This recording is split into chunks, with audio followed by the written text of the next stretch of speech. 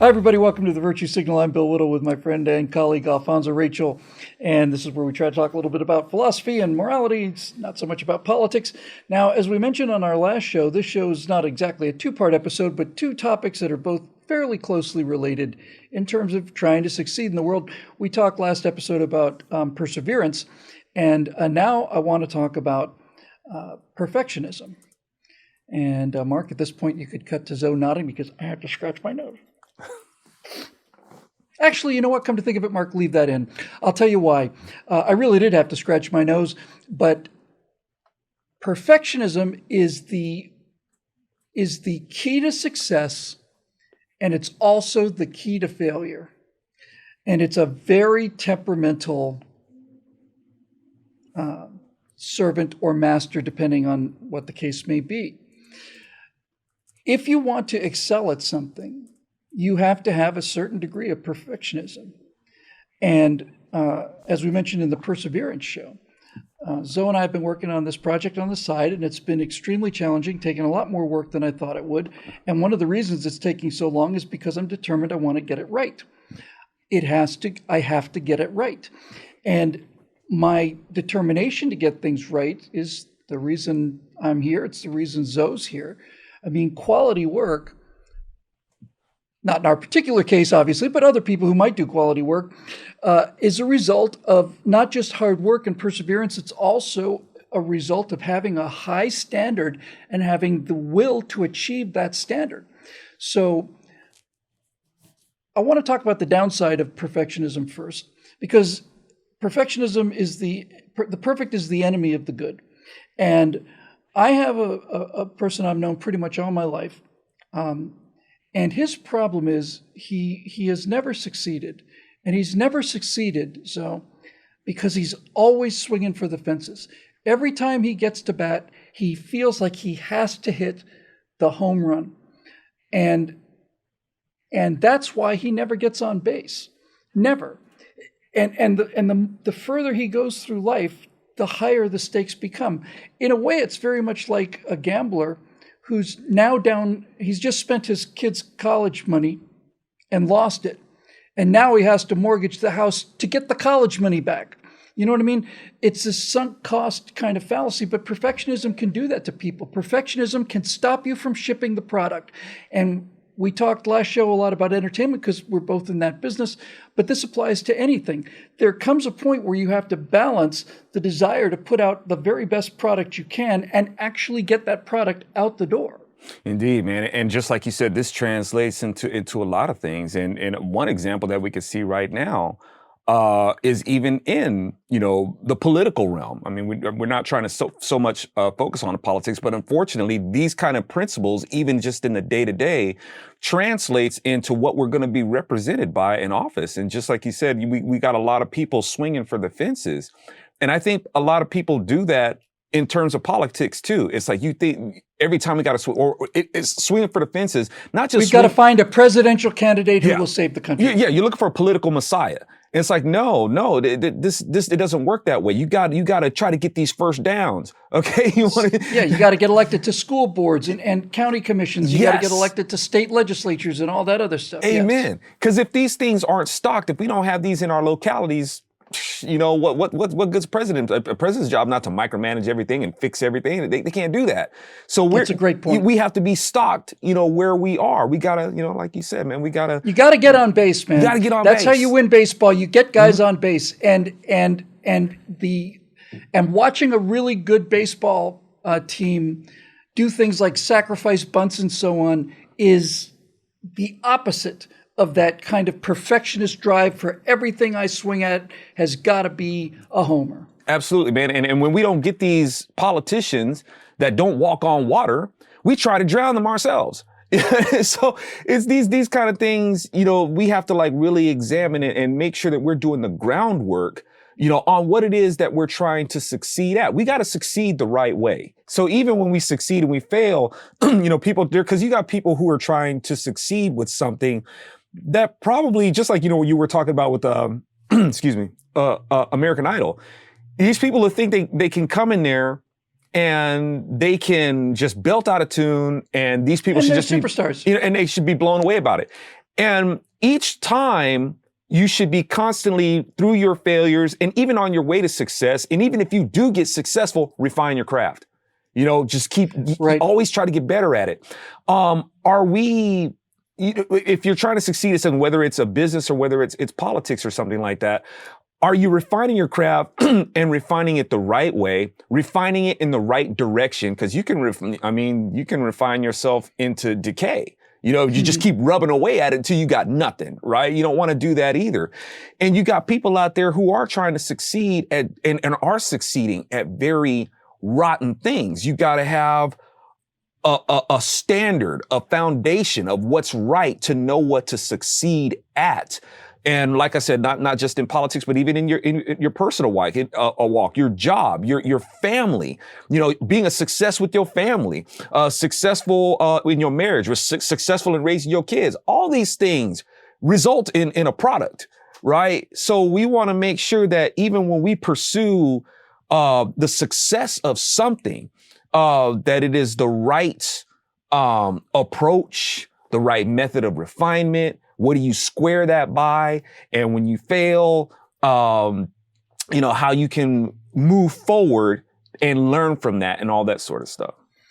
Yeah, sometimes the biggest curse of perfectionism is achieving something near perfect. We'll say perfect, even though no such thing.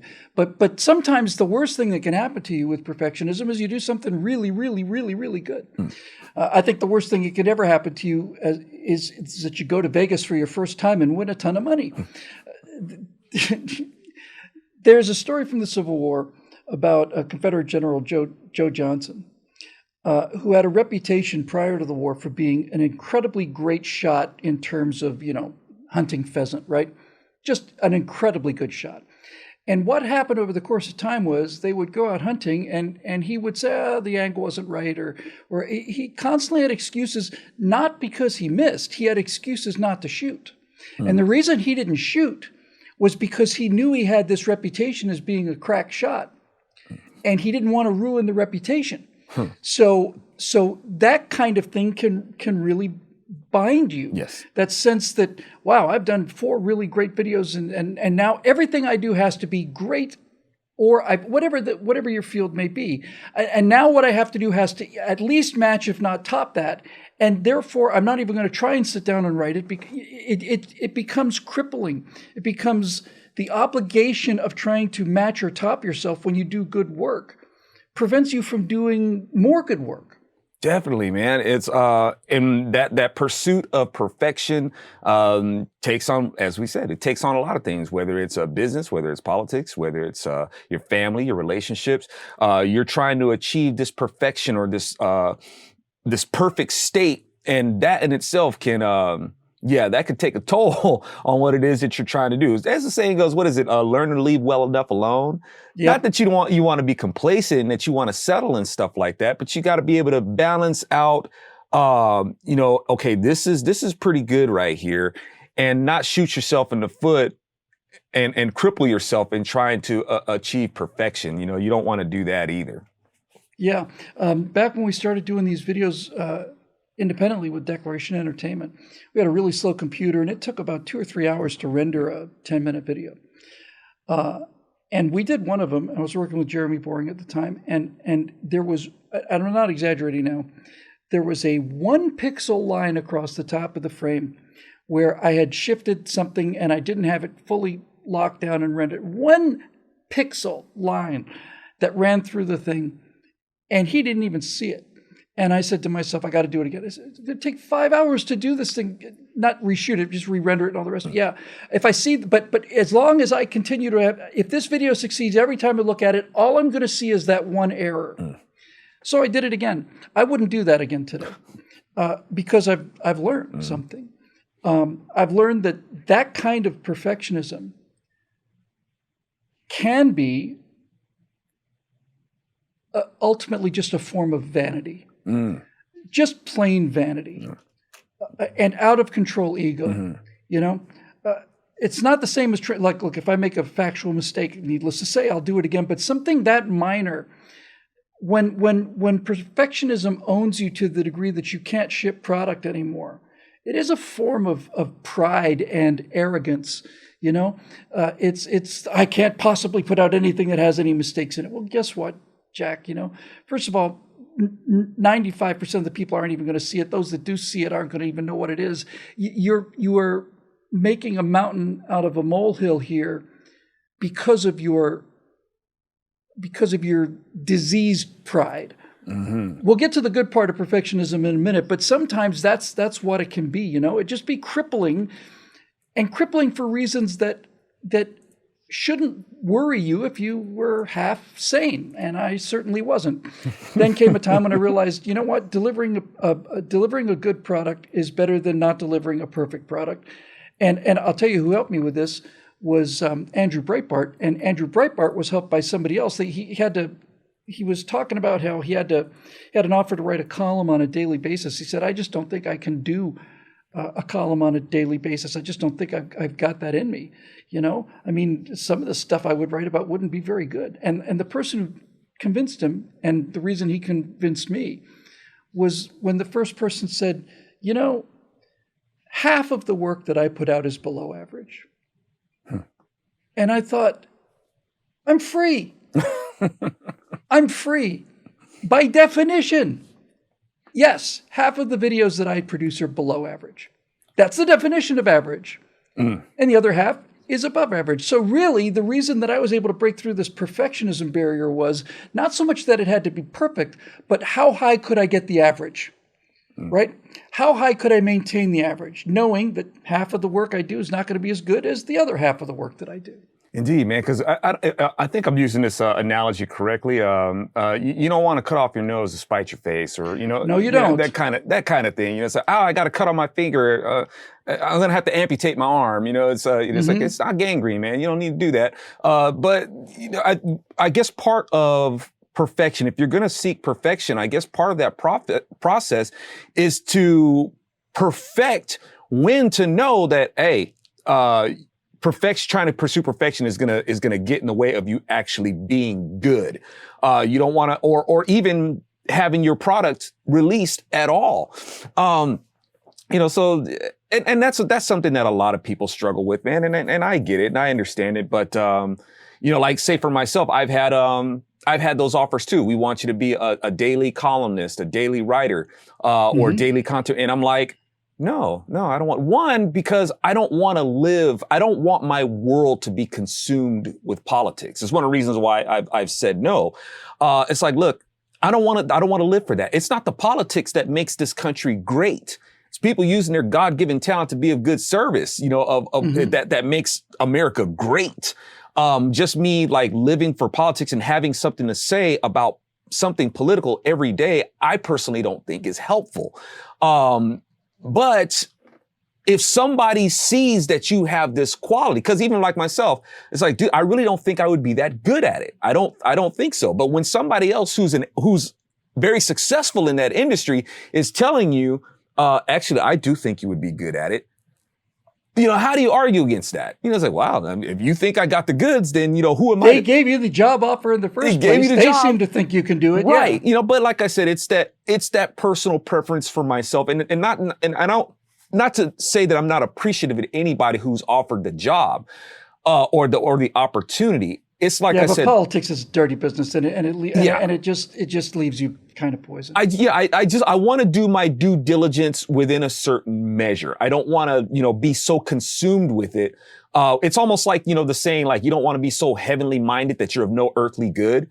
You know what I'm saying? It's the same thing. Great. I don't want to be so politically minded where I'm actually, no good to the republic. I'm not providing, all I'm doing is just commentating and giving my opinion on something, but it's like being just on a bench and just, waving my finger. I don't want to do that.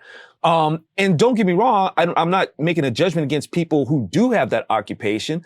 As long as, hey, do it prudently and make sure that you're shedding light and not just raising heat, do it. If you have the talent to do that and you can make it work to do that, do it. I personally don't think I am that talented with that, to do that every day, to be able to like, have something political to say like every day, I don't know. Okay, so obviously perfectionism has a dark side, but it is also the reason that things are good. It's the reason that the exceptional exists, is because of perfectionism. So there's something called the Dunning-Kruger effect. You've probably heard of it. If you haven't, here's basically what it consists of. Two psychologists, one of them named Dunning and the other named Kruger, started to look at what we talked about on the last show and a little bit here. Why is it that some people would go to an American Idol audition utterly convinced that they're going to knock people out, and they are so appallingly bad that you simply cannot believe that it's not a gag? How can somebody be that stupid about what they are able to achieve? Well, this is called the Dunning-Kruger effect. And what they found out was the less that you know about a field, the better you think you are in that field. You are so ignorant of what good work is that you think you're producing good work, but you don't have the ability to discern what makes good work from bad work. And so you continue to glorify yourself thinking you're knocking out these masterpieces when you're just a laughingstock. Perfectionism in its most useful form is the unwillingness to settle for what you can do easily. It is a constant pressure on the envelope to improve. And what the Dunning-Kruger effect shows is the more that you know about your field, the less confident you are in your ability. And that's actually a good thing, because now you don't know how an uneducated person doesn't know how uneducated they are. And the more education you get, the more aware you are of all the things that you don't know. So this is where perfectionism can become really the guiding star of everything. This idea that we got to get it right. And we're going to go fly to the moon, and we cannot afford to make mistakes on this. We have to get this right. Nothing in life is truly perfect. Perfection is not an achievable result in this earth that we live on, but the desire to get there is what makes things worth doing. All great art, all great businesses, all great services, all of it comes down from a commitment to make this, if not perfect, then as good as we can get it. And the classic example of this to me, I just love this so much. One of my favorite movies is Ed Wood. It's the story of the worst director who ever lived. Ed Wood directed and wrote Plan 9 from Outer Space, widely agreed to be the worst movie ever released. And there's a scene in Ed Wood that is just so important to me, stayed with me for so long. Ed Wood is at, I think he's at Musso and Frank's, and he's just had a big setback, and he's real disappointed, and he's drinking his sorrows away. And he looks in the back room, and scribbling a notes there in the back room is Orson Welles, who's the greatest director who ever lived. And so this fictional scene in this movie, the worst director who ever lived, Ed Wood goes and talks to the best director who ever lived, Orson Welles, and they have a discussion about movies, and they both love movies. They're both completely into movies. So what's the difference? This is the thing that I never lost. It stayed with me forever. What's the difference between the best director that ever lived and the worst director that ever lived? They both love movies. They both got their heart and soul in it. What's the difference? Well, earlier in Ed Wood, you see a scene, which actually happened, where the giant, the giant monster guy, the big Swedish wrestler, is carrying this woman through this door, and they're shooting on a tiny little set. And it's just a flat. It's just a piece of canvas painted to look like a wooden wall. And as he's carrying her through the door, her foot hits the door jamb, and it knocks the wall. And the wall goes, woo, woo, woo. And then Ed Wood yells, cut. And the director of photography says, all right, we'll just have to do it again. Why? Well, because she hit her foot on the wall, Ed, and the wall's vibrating. Nobody will see that. Let's move on. Orson Welles would take 3 days to light one shot. And that's the difference between the worst director and the best director, is sweating the details. Mm-hmm.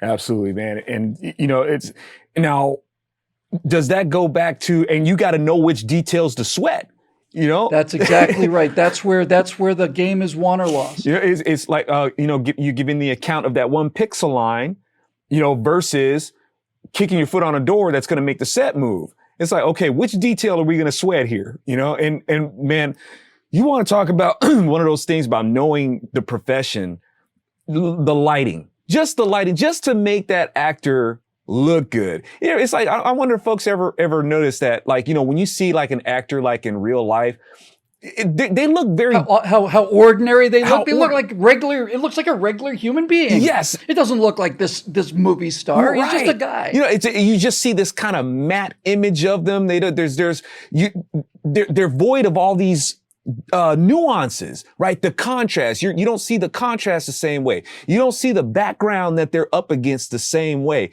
You don't see how they're lit and all the shadows and stuff like that. That 3 days of lighting and getting that camera to do what it's supposed to do to set him against the background. You don't see all that sort of stuff. That when you see it, it's like, you sure that's not an imposter or something like that? That's why when they run like the DVD extra features on a movie and you'll see videotape of them shooting the actual movie, you think, that's not the movie. You know, that's not the movie. They don't look like that. Yes, exactly. It's that sense of all of these details have to go into any product that you put out. It doesn't have to be show business, and they've got to be right. Yes. And the companies that are successful have a dedication to getting it right. Yeah, and henceforth it is an industry. It's not it's not it's not just an expensive form of make-believe, which unfortunately a lot of people don't know when to clock out in Hollywood. They don't know when to clock out of the time clock of make-believe, unfortunately. But it is an industry. There is a lot that goes into it. And I think, I think people get disgruntled like with actors because I mean, let me say that acting, directing, all that stuff, that job is tough. It's a tough gig. It really is. The problem is that when people make too much of themselves with it, that's the thing that it really devalues what they do. But, you'll have those who will try to make it seem like, oh, it's nothing. We don't hardly do it. If you're a vet and you're seasoned, yeah, it's easy to you now. And you may do it so well where it looks easy to other people. But the truth is, it's a difficult gig. It was difficult to get there. And just like the word of God says, don't forget that you were once slaves in Egypt. Don't forget, what it took to get here, because if you downplay that, it does kind of give the impression to other people that, oh, I could do that too. And you'll have people going on American Idol howling like, Fido, thinking that they're carrying an amazing tune because they thought that this was easy. And it's just like you said, brilliant account of you don't really know the industry. You don't really know the competition is thick. You got a whole bunch of people out there thinking they can do the same thing. And then you got those who can actually do it, right? And then the machine of how it works, it's a very intricate machine. It's not some cushy job, man. It takes some sweat. It really does. Well, as I said, these two topics are related. The previous show on perseverance, the benefits of perseverance are obvious, but you can persevere at something you're just never going to achieve, and that's just silly and a waste of time. And so with perseverance, it's a question of judgment and having the humility to make an honest judgment. And it's precisely the same for perfectionism. Perfectionism is a goal that is a worthy goal to be constantly chasing with the understanding that you will never achieve it. And there does come a point when you have to say, this may not be perfect, but it's good enough, and it has to go out the door. And that's where the sweet spot is for both of these things, is having the humility and the willpower to dispassionately look at what it is you are doing and asking yourself, number one, is this something I can achieve? And if it is, and I want it badly enough, then I will persevere. And number two, if I am able of achieving something really great, how many compromises am I willing to make? And how many compromises am I not willing to make? I can't put out garbage and still do what I want to do. It's a balance in both cases. It really is. And walking that line between the two is where success lies. Definitely, man. It's and like I said, that's just part of knowing the difference. That's part of the experience, gaining the experience that's going to come your way anyway, of even not just knowing or how to create the product, but even knowing when to say, know when to let it go. It's like, we were talking about the other day, even with songs, the song that you think is like going to be the best song on your album, Yep. people dislike. Tanks Yeah. and the stuff you just chuck out the door because you need 16 tracks, that becomes a global hit. Yeah, it's strange stuff, man. But yeah, some of my early stuff, I'm like, oh man. But it's like I said, that formula. You got people say, no, man, just put it out there. You got to make it known. Just put it out there. And then there's the other school that says, no, man, don't put it out unless it's, You got to do both. You got to put it out there, and it's got to be good. There you go. I'll take that. Yeah, one of the things that convinces me that I'm on the right path is that when I look back at the work I've done in the past, I can't bear it. And I used to be amazed by this. I can't watch old videos. I can't read stuff that I wrote recently. And I like to think the reason for that is that I've improved.